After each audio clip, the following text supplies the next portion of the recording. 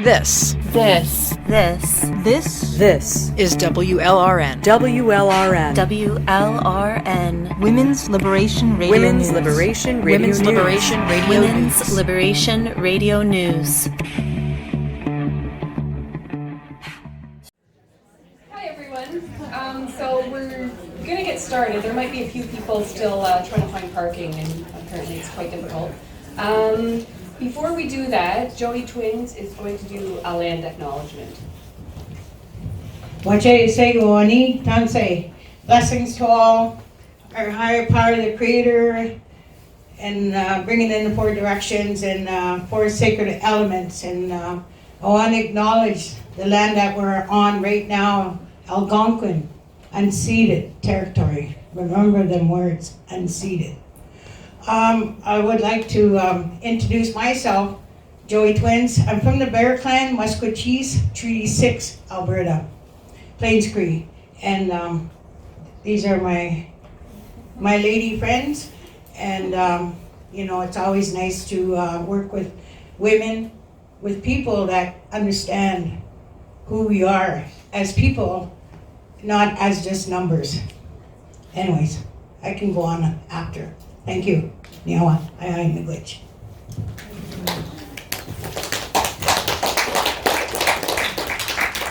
So basically the way this is going to work, each of the three women is going to just tell us a little bit about themselves, and then we're just going to open it up to questions.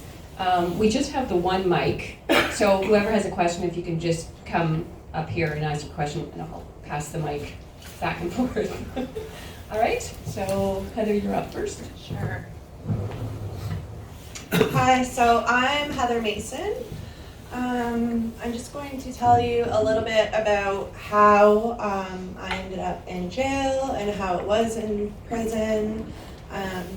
And we'll try to keep ourselves short. We like to go on and on about some things. We get passionate, but I wanted everyone to be able to ask anything that they wanted to ask. Like, what do you want to know? So I want to make sure that you have time to ask questions. So my life has always really involved drugs. I had a lot of trauma as a child. I was always like the caretaker, taking care of everyone else and not myself. And I partied a lot in high school, but then I ended up getting addicted to opioids. And my life started spiraling out of control. I ended up being arrested. So I've been arrested 5 times. I've been in provincial jail. And then I went to federal. I ended up getting a trafficking charge and got 3 years at Grand Valley Institution for Women in Kitchener. So it was a big change, culture shock, really. Provincial was really bad. Was like strip searching. I ended up being strip searched 180 times in 4.5 months. And the thing with strip searching is they have all these other options in order to check for drugs, but they continue to strip search when it's not even necessary. They've spent so much money to install these X-ray scanners that scan your body for drugs.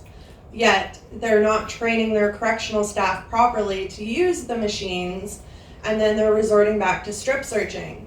So with strip searching, because we're women, we obviously get our period. Well, you still have to strip. So that means getting fully naked when they're only supposed to get you naked from either the top up or the bottom down. They're not supposed to get you fully naked.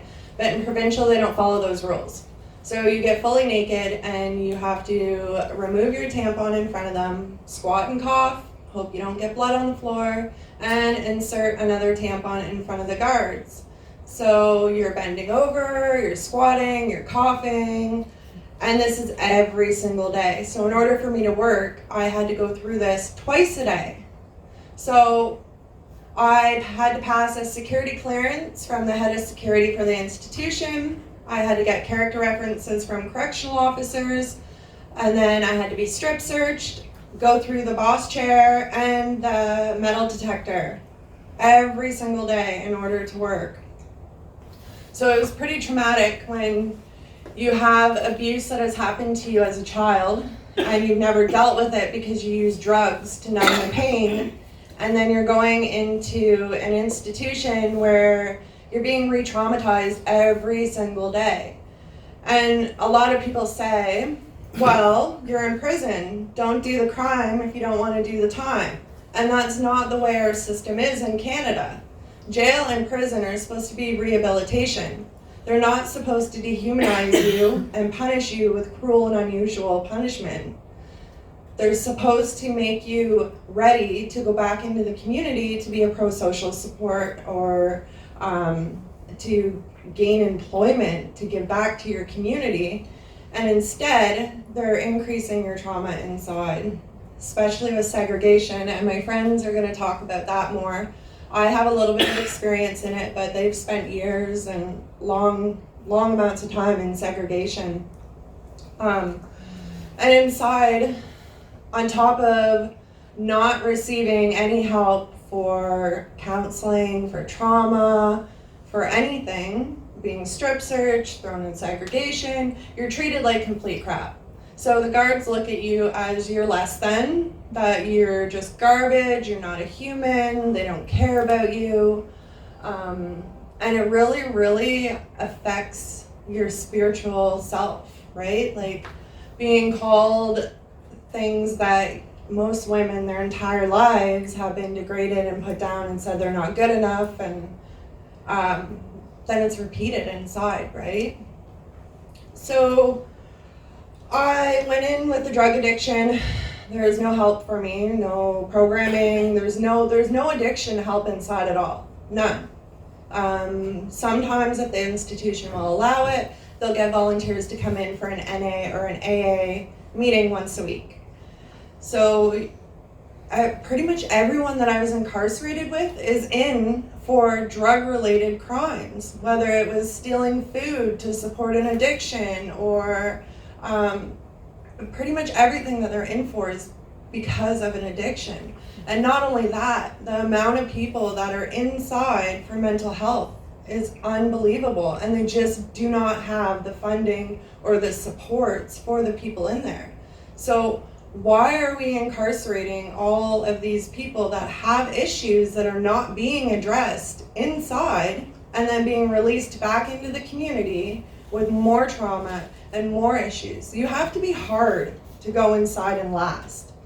There is no other way around it. So you have to be a different person inside to survive. You have to, if you have children, you have to pretend they don't exist. Because if you sit there and think about them every single day, your time is going to go slow and you're going to be depressed. I have 2 young children, and it killed me to not think about them. But it was easier for me to get through with my time and get out. So I don't agree with incarcerating people with addictions, and I don't agree with incarcerating people with mental health. We also have issues with deaths in custody. Between 2000 and 2015, 463 people died in custody in Ontario alone. Over 66% were legally innocent. They had not been convicted of a crime. 39% of those deaths had mental illness. Because when people have schizophrenia, bipolar, personality disorder, they're segregated. And we know that if you're put in isolation with those issues, they intensify. So then self-harm goes up because, once again, isolation does not address the issues of self-harming and suicide. There's nothing to do while you're in segregation but look at 4 walls. There's no contact. We know in the community that you would not do something like that with a regular person in the community. So why are we doing it inside? If we're supposed to be rehabilitating these people, why are we making it worse? I'm going to give time for you 2 to speak because I can go on and on and on and on about all the issues inside. Maybe if we have time, we can pass it back for questions.